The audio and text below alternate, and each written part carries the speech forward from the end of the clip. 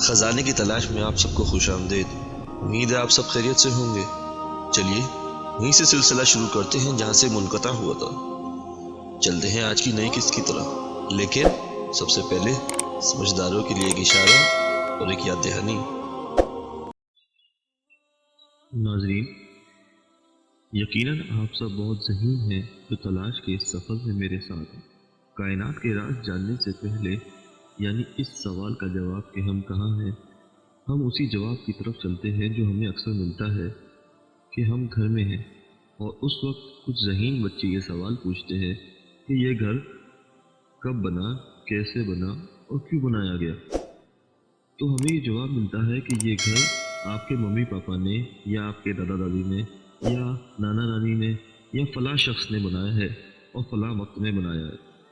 اور اس لیے بنایا ہے تاکہ ہم اس میں آرام سے رہ سکیں۔ اور پھر اس گھر کے کچھ قواعد و ضوابط ہمیں سمجھائے جاتے ہیں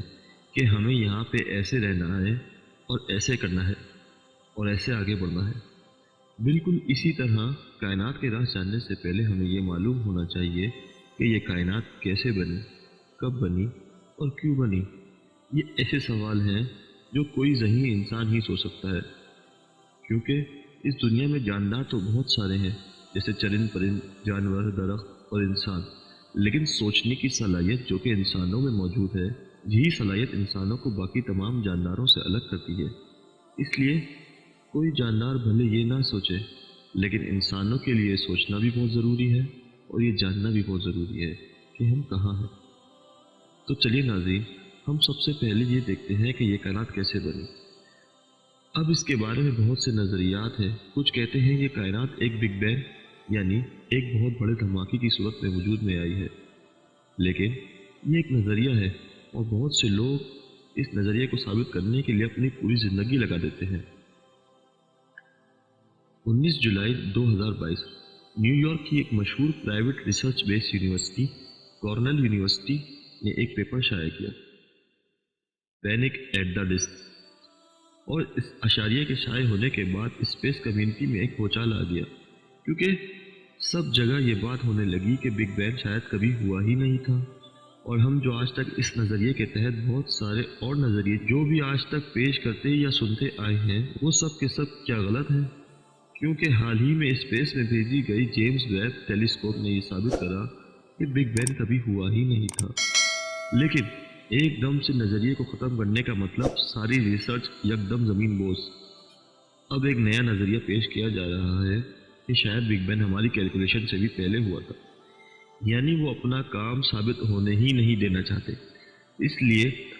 اب وہ الگ الگ نظریے پیش کر کے یہ ثابت کرنے کی کوشش کر رہے ہیں کہ وہ صحیح ہیں، بس وقت کا تعین کرنے میں چھوٹی سی ایک غلطی ہو گئی ہے۔ لیکن ایسا نہیں ہے، کیونکہ اتنے سالوں کے بعد جب یہ واضح ہوا کہ بگ بینگ نہیں ہوا، تو آگے مزید وقت گزرنے کے بعد بھی یہی نتیجہ آئے گا کہ بگ بینگ ہوا ہی نہیں، اور پھر اس وقت بھی یہی کہا جائے گا کہ ہم سے وقت کے تعین میں پھر ایک غلطی ہو گئی ہے اور بگ بینگ اس سے بھی پہلے ہوا تھا۔ لیکن جو چیز وجود میں رکھتی ہے وہ کئی سالوں بعد بھی ثابت نہیں ہو پائے گی۔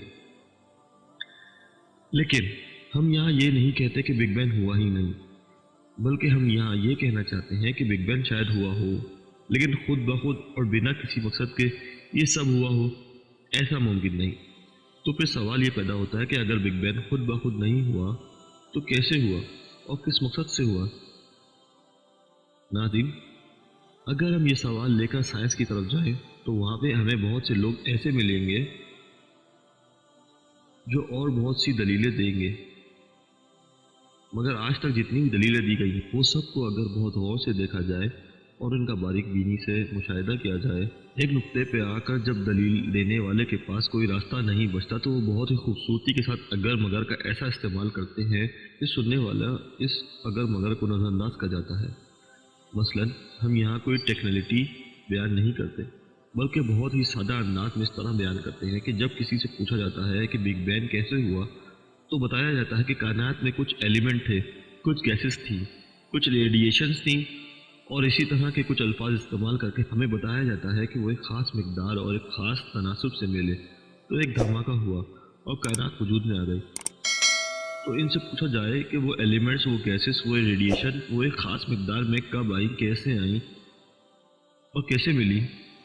تو پھر سب کے پاس سوالوں کے جواب اگر مگر اور شاید سے بھرپور ہوتے ہیں۔